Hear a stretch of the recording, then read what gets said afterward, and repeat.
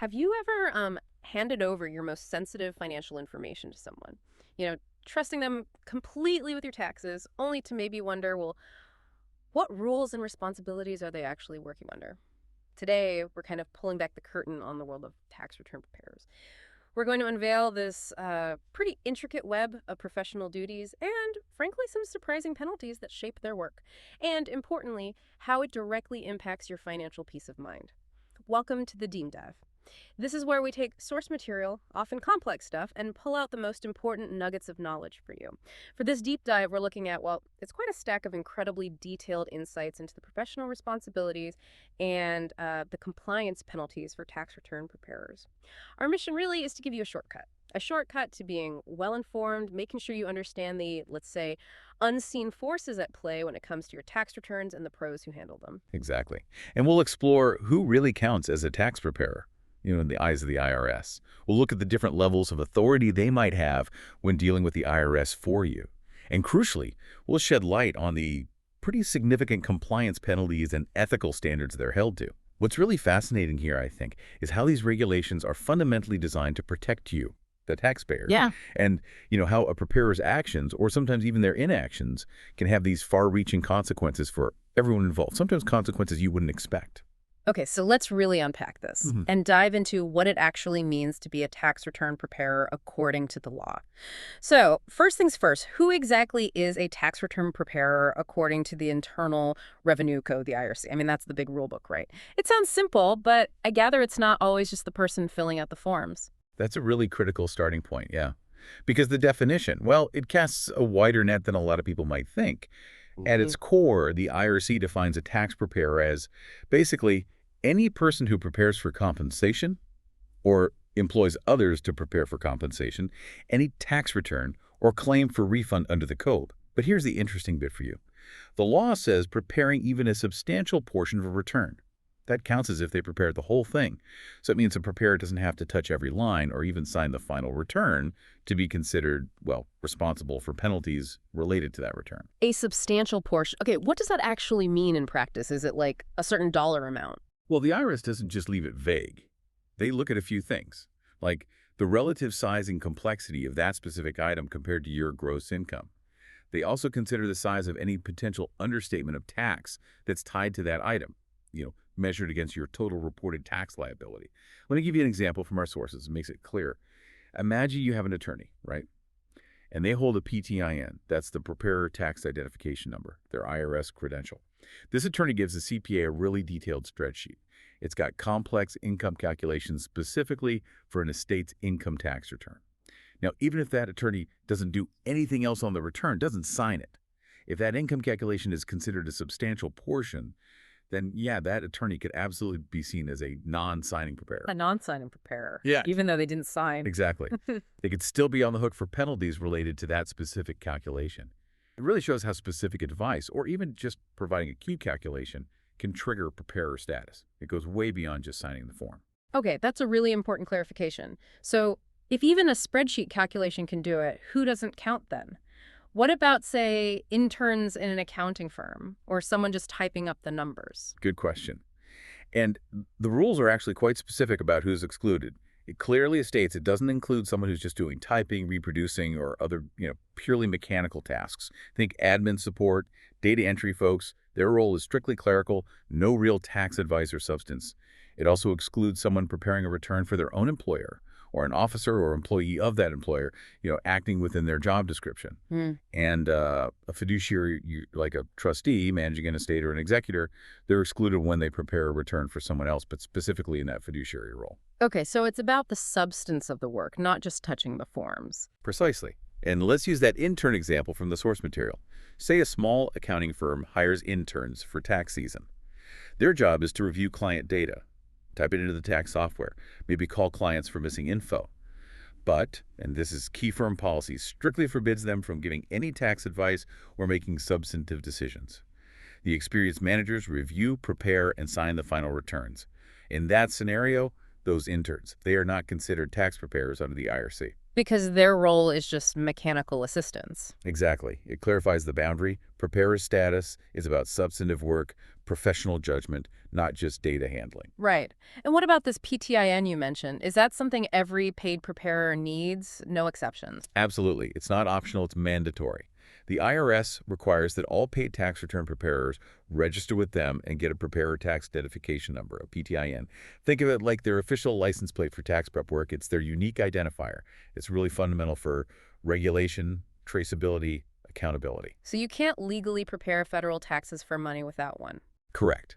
It's the first step to being recognized and, well, regulated by the IRS as a professional tax preparer. Okay, that clarifies the who.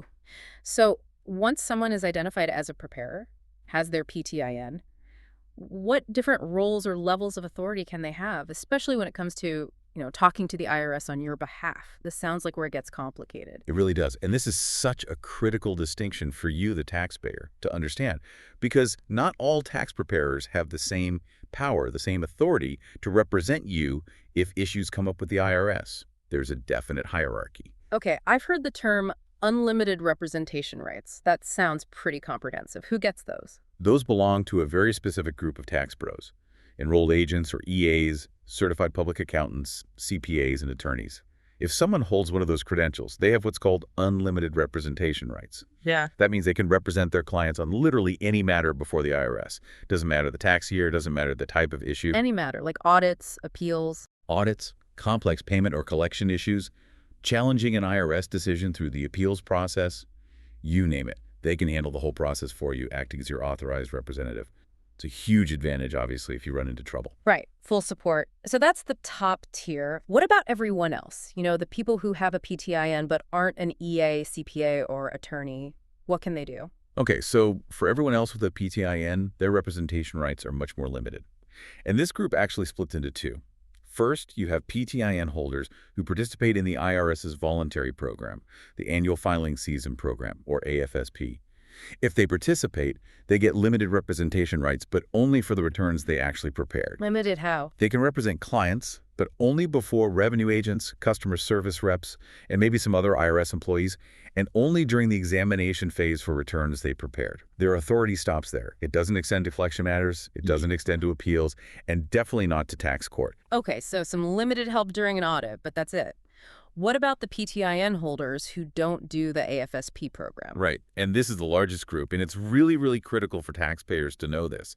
PTIN holders who don't have professional credentials like a CPA or EA, and also don't participate in the AFSP. Well, since January 1st, 2016, they can only prepare tax returns, period. They have zero authority to represent clients before the IRS for any returns they prepared and filed after December 31st, 2015. Zero authority. Wow. So if you use one of these preparers for your 2016 or later taxes and then you get audited. You'd basically be on your own dealing with the IRS, or you'd have to go out and hire a CPA, EA, or attorney separately, someone with those broader representation rights. That is a huge point for listeners. You hire someone thinking they'll help if something goes wrong, but depending on their credentials in the year, they might not be able to at all. Precisely. It underscores why you absolutely need to understand your preparer's credentials and limitations before you hire them, not after a problem arises. And just to loop back to something we touched on earlier, remember that distinction between signing and non-signing preparers. Right, the person who signs versus the person who just contributes a substantial portion. Exactly. A signing preparer is the one with primary responsibility for the overall substantive accuracy. They put their name on it. A non-signing preparer, again, is someone who doesn't sign but prepares or gives advice on a substantial part, like that attorney spreadsheet example. Why does this matter? Because both can be held accountable for penalties related to the parts they were responsible for. The liability isn't just on the signer. Okay, so wrapping this section up, what's the big takeaway for our listeners? It seems like these titles and roles aren't just labels. Not at all. They fundamentally define the scope of the preparer's responsibility and, maybe most importantly for you, their ability to actually support you if the IRS comes knocking. So it really highlights the importance of choosing wisely. Make sure that the person has the credentials and authority that match what you might need, whether that's just filing or potential representation down the road. Right, we've defined the players. Now let's get into the heavy stuff, penalties. Why are these even necessary? What's the IRS trying to achieve with them? Well, the penalties under IRC Section 6694 aren't just about punishment. They're a really powerful enforcement tool. Their main goal is to make sure tax return preparers strictly follow federal tax laws, promote accuracy, diligence, ethical behavior across the board. They act as a pretty significant deterrent against both simple negligence and, deliberate misconduct.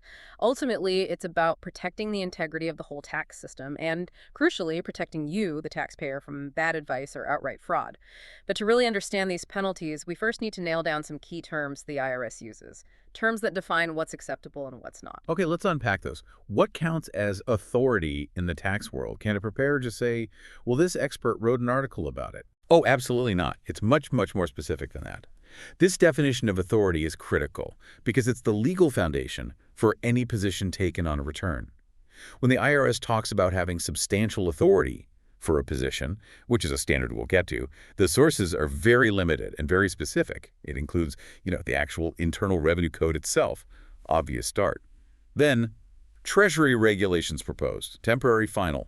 IRS revenue rulings, revenue procedures, official stuff. Okay, so government documents mostly. Right. Tax treaties, Treasury explanations of those treaties, court cases, of course, Supreme Court, appeals courts, tax court, etc. Congressional intent, like from committee reports, the Blue Book explanations from the Joint Committee on Taxation, and even some specific IRS administrative things like private letter rulings, technical advice memos, IRS press releases, notices, but only if they're published in the Internal Revenue Bulletin. So what's not authority? That seems important. This is the crucial detail. Things like conclusions in tax treatises, articles in legal journals, general legal opinions, or even opinions from other tax professionals, however respected they are, not considered authority for this purpose. Wow. So a preparer can't just rely on a well-regarded expert's article to defend a shaky position. Exactly. Their position has to be grounded in one of those official, government-recognized sources. It prevents taking aggressive stances based on, let's say, less reliable interpretations. That's a huge distinction. Okay, what about the term disregard? What does that cover? Disregard usually comes up in the context of rules or regulations. It basically covers any careless, reckless, or intentional disregard of those rules. It doesn't have to be malicious. Simple carelessness, not paying attention to established guidelines, or just a reckless indifference to the rules could potentially trigger penalties under this definition. It's about failing to meet the expected standard of care. Got it. And person, is that just the individual preparer? No, the definition here is broad. Mm. It includes an individual, yes, but also a trust, an estate, a partnership, an association, a company, or a corporation. So the accounting firm itself could be liable, not just the employee who signed. Precisely. The responsibility can extend to the business entity, not just the individual preparer. It ensures accountability at the organizational level, too. Okay. Now, we often hear tax avoidance and tax evasion. People sometimes use them interchangeably, but I know there's a critical legal difference. Can you break that down, especially regarding listed and reportable transactions? This feels like a key aha moment. It absolutely is, and getting this straight is fundamental. Let's start with listed transaction. This is very specific. It's a type of reportable transaction that the Treasury Department has explicitly identified as a tax avoidance transaction. Think of it like the IRS putting up a wanted poster for a specific type of potentially abusive scheme. Okay, so those are already flagged. What's a reportable transaction more generally? A reportable transaction is broader. It's any transaction where information has to be included with the return because the Treasury Secretary thinks it has the potential for either tax avoidance or tax evasion. It requires disclosure because it might be problematic. And the big difference between avoidance and evasion. Right. Tax avoidance is the legal use of the tax laws to reduce your tax liability. It's using deductions, credits, planning strategies that the law explicitly allows. That's smart, legitimate tax planning. Tax evasion, on the other hand, is illegal. It's using deceit, subterfuge, or concealment to avoid paying taxes you legally owe. Hiding income, falsifying documents, claiming deductions you know you weren't entitled to, that's a crime. So avoidance, playing by the rules cleverly, evasion, breaking the rules deliberately. Huge difference. Massive difference. One is encouraged, the other leads to serious trouble. Okay. What about negligence in this context? How does the IRS see that for preparers? Negligence here means failing to make a reasonable attempt to comply with tax laws, or failing to exercise ordinary and reasonable care in preparing the return. It's about a lack of due diligence. Interestingly, while the focus is on the preparer, Negligence can also include the taxpayer's failure to keep adequate records or substantiate items. So if I give my preparer messy or questionable records. Well, the preparer isn't usually required to audit you, but if the information looks wrong or incomplete and they don't ask reasonable questions, that could be seen as preparer negligence. It's kind of a shared responsibility to get it right. Got it. So given all that, what are the actual standards preparers must meet for the positions they take on a return? I hear reasonable basis and substantial authority. Are they the same thing? No, not at all. They're distinct standards, and they form a clear hierarchy of how confident a preparer needs to be about a position's defensibility. First, there's the reasonable basis standard. This is, let's say, a pretty good standard, significantly higher than just having an arguable position. A position generally meets this if it's reasonably based on one or more of those official authorities we listed earlier. It might not meet the higher substantial authority test, but there's a solid, respectable argument for it, based on the law. Okay, so a decent legal footing, but maybe not airtight. What's next? Next up is the substantial authority standard. This is objective. It means the weight of the authorities supporting the position is substantial compared to any authorities arguing against it. It requires a careful analysis. It's tougher than reasonable basis, but not quite as tough as more likely than not. And crucially, it doesn't matter what the preparer believes, it's about whether the authority objectively exists. They have to do their homework. And the highest standard. That's the more likely than not standard. This is the most stringent. It means there's a greater than 50% chance that the position would be upheld by the courts if challenged. This standard is usually required for tricky areas like tax shelters or other reportable transactions to avoid certain penalties. It demands a very strong, legally defensible foundation. So this hierarchy really shows how carefully preparers need to weigh every decision. It's not just gut feeling, it's about objective legal support. Okay, so what happens if they don't meet these standards? What are the penalties under Section 6694? Right, there are two main penalties under 6694 related to understating tax, reflecting different levels of, well, blame. Let's start with the first one. Understatement due to an unreasonable position. What triggers this? This penalty, 6694A, applies if a position on the return causes an understatement of tax, and the IRS deems that position unreasonable.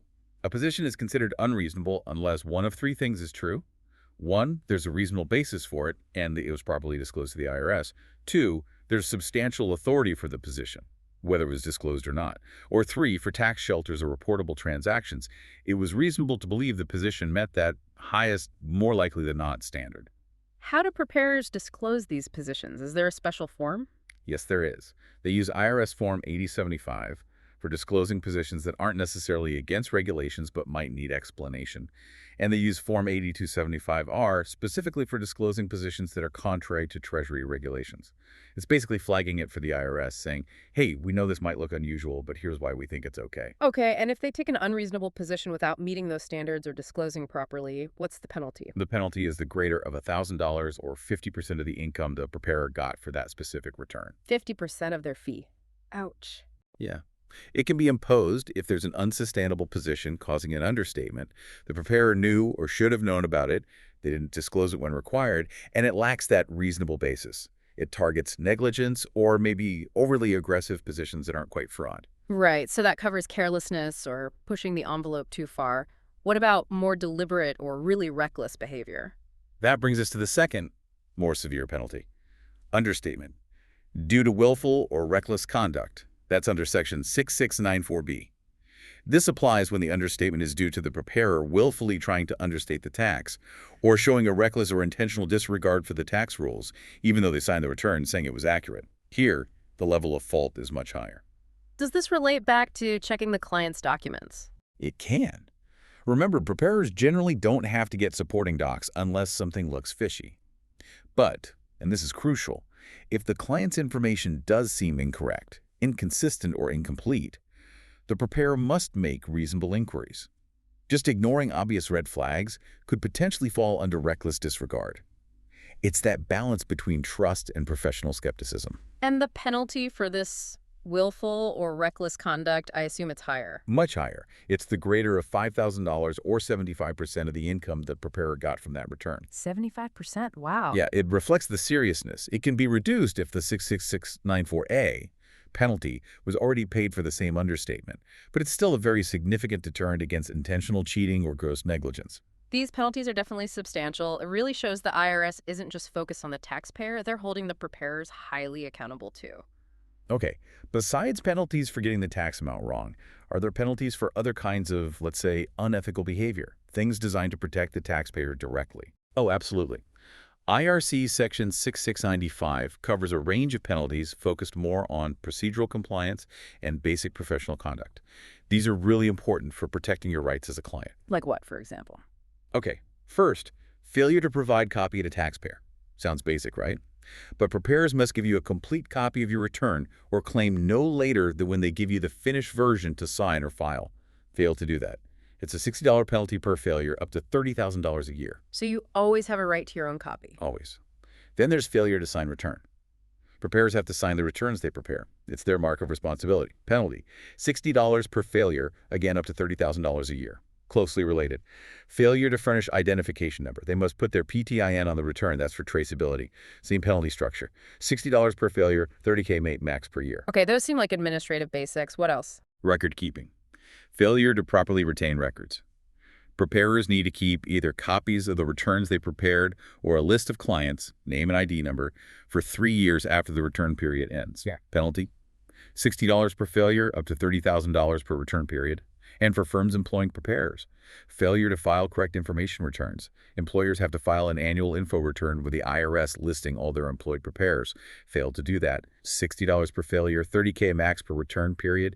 These ensure basic professionalism and allow the IRS to track preparers. Right. Seems like fundamental good practice. But what about something more serious, like a preparer trying to handle the client's actual refund check? That sounds like a huge conflict. You've nailed it. This is a huge one, and our source material flags it as most commonly tested for a reason. Negotiation of IRS refund check. Yeah. This is bright red line. Generally, any tax preparer who endorses or otherwise negotiates an IRS refund check issued to a taxpayer, anyone other than the preparer themselves, faces a hefty $600 penalty for each check they handle that way. $600 per check. Per check. There's a tiny exception for banks depositing the full amount into the tax expenses account, but for individual preparers. Strictly forbidden. Why is it so forbidden? Because it creates a massive conflict of interest. It puts the client's money directly in the preparer's hands, opening the door to potential fraud, theft, or disputes over fees. It's a fundamental breach of trust. Your refund should always go directly to you. That is absolutely vital for every taxpayer to hear. Never let your preparer cash or endorse your refund check, period. What about specific credits, like the earned income credit? I know that one's complex. Yes, and because it's complex and valuable, there's a specific penalty for failure to be diligent in determining a client's eligibility for the Earned Income Credit, EITC. This credit helps low to moderate income families, but it's also prone to errors and fraud. So the IRS requires preparers to exercise strict due diligence. Fail to do that, it's a $600 penalty for each failure. What does due diligence mean for EITC? It's pretty specific. It means using things like eligibility checklists, completing computation worksheets accurately, making reasonable inquiries to the taxpayer to verify information like asking for proof of residency for kids or income doc, and keeping records of all this for 3 years. It's about actively verifying eligibility, not just checking a box based on what the client says. The IRS wants to ensure the credit goes to those truly eligible. Can a preparer avoid that penalty if they made an honest mistake? Possibly.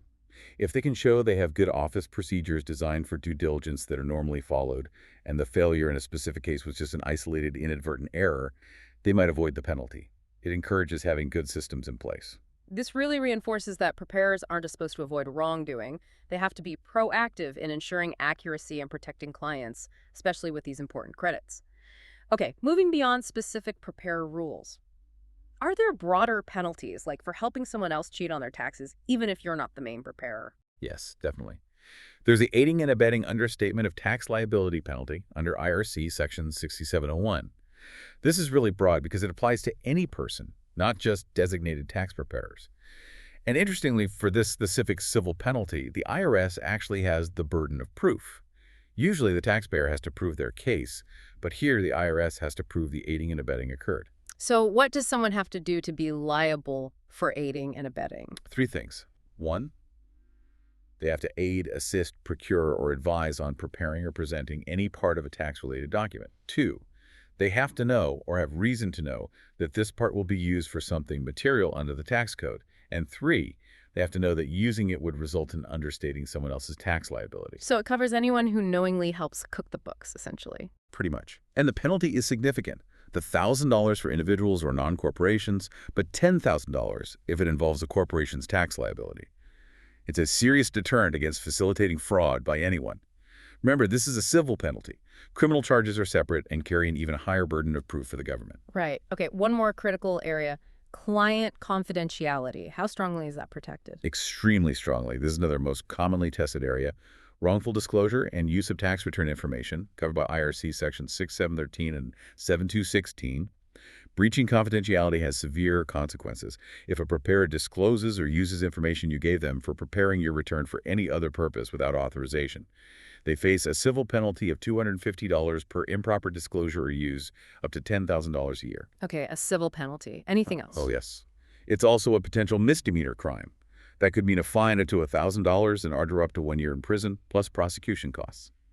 And on top of that, you, the client, can sue the preparer civilly for damages caused by the breach. Wow, so civil penalties, criminal charges, and potential client lawsuits. They take this seriously. Are there any exceptions where disclosure is allowed without my consent? Very few, and they are strictly defined. Disclosures allowed by the Internal Revenue Code itself, or mandated by a court order, using the info just to prepare your state or local returns or estimated taxes, and disclosures allowed under specific Treasury regulations for things like quality peer reviews or certain administrative orders. Outside of those narrow exceptions, your confidential client information can only be disclosed to anyone else if you specifically consent to that release, usually in writing. Your financial data is private, and preparers are legally bound to keep it that way. That really underscores the huge amount of trust involved. You're giving them everything, financially speaking, and these rules are there to make sure that information isn't misused. It's not just about tax numbers, it's about privacy. So with all these rules and potential penalties floating around, if a preparer does mess up or act unethically, who actually enforces this? Is it just the IRS dropping penalties? Not at all. It's actually a pretty complex, multi-layered system of oversight. Different bodies have different powers, different jurisdictions. It's crucial for taxpayers to understand this structure, to know who holds these professionals accountable. Okay, let's break it down. Where do the state boards of accountancy fit in, especially for CPAs? The state boards hold enormous power, particularly over CPAs. They're the only bodies that can issue a CPA license in a given state. That's granted by state law. And because they grant the license, they're also the only ones with the power to suspend or permanently revoke that license. That's the ultimate sanction, effectively stopping them from practicing as a CPA in that state. So they control the license itself. What kind of things can get a CPA in trouble with the state board? It varies a bit by state, but generally misconduct falls into 3 main buckets. 1, misconduct during accounting work, think negligence, fraud, dishonesty. 2, misconduct outside of accounting work, but something that reflects badly on their fitness to practice, like substance abuse and tearing their work. 3, serious criminal convictions, especially felonies or tax-related crimes like failing to file their own returns. What's the process if someone complains? Typically, there's an investigation, then potentially a formal hearing.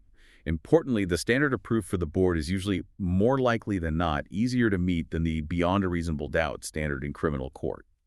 The CPA gets due process rights, and decisions can be appealed in court. Penalties range from license suspension or revocation to monetary fines, reprimands, probation, or requiring extra continuing professional education, CPE. It directly impacts their ability to earn a living as a CPA. Okay, so the state board holds the ultimate power over the CPA license.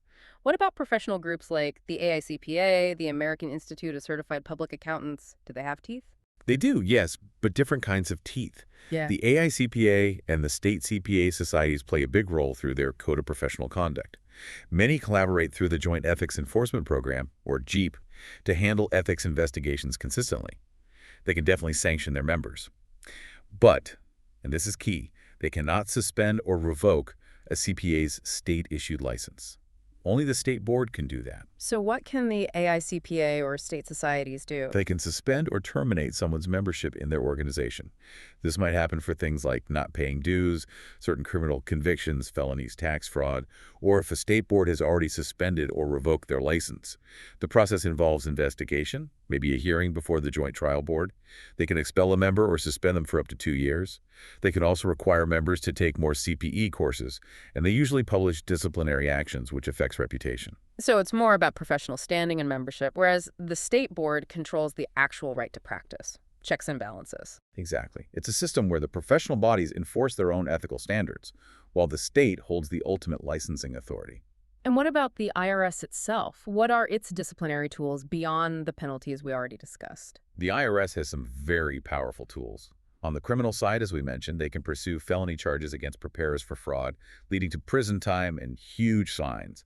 $100 K for individuals, $500 Ks for corporations. On the civil side, the IRS can actually prohibit an accountant or preparer from practicing before them. That means they can't represent any clients in dealings with the IRS anymore. That's a career-ending move for many tax professionals. And don't forget, beyond government action, if a preparer is found negligent or fraudulent, you, the taxpayer client, can potentially sue them for malpractice to recover damages. Wow. So criminal charges, civil fines, being barred from practice, and client lawsuits, that really drives home the seriousness of their responsibilities. Okay, lastly, what about the SEC, the Securities and Exchange Commission? When do they get involved? The SEC comes into play mainly for accountants who deal with publicly traded companies or other entities regulated by the SEC. Their focus is on protecting investors and ensuring the integrity of public financial reporting. The SEC has its own civil penalty powers. They can censure, suspend, or permanently revoke an accountant's right to practice before the SEC. This includes signing off on documents required under federal securities laws, which is critical for public company accountants. What would cause the SEC to suspend or revoke someone? Things like lacking qualifications or integrity, unethical or unprofessional conduct, willfully violating securities laws, a felony conviction or certain misdemeanors, or if their state CPA license has already been suspended or revoked. The SEC can also impose hefty fines up to $100,000 for individuals, $500,000 for firms, and issue cease and desist orders to stop specific violations. So for preparers working with public companies, the SEC adds another significant layer of oversight. So it really depends on the scope of the preparer's work. From local tax returns up to major public audits that could be under scrutiny from state boards, professional groups, the IRS, and the SEC. It truly is a comprehensive system aimed at maintaining integrity. Absolutely. And if there's one big takeaway from all this, it's that tax preparation is way more regulated and complex than most people probably realize. For you, the taxpayer, understanding these responsibilities is just critical for making smart choices. Okay, so let's distill this down. What are the absolute key takeaways for you, our listener, after this deep dive? First, choose your preparer wisely, seriously.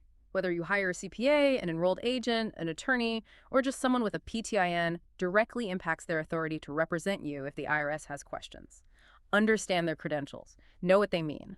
Especially that post-2015 representation limit for basic PTIN holders, that's huge. Second, accountability is real.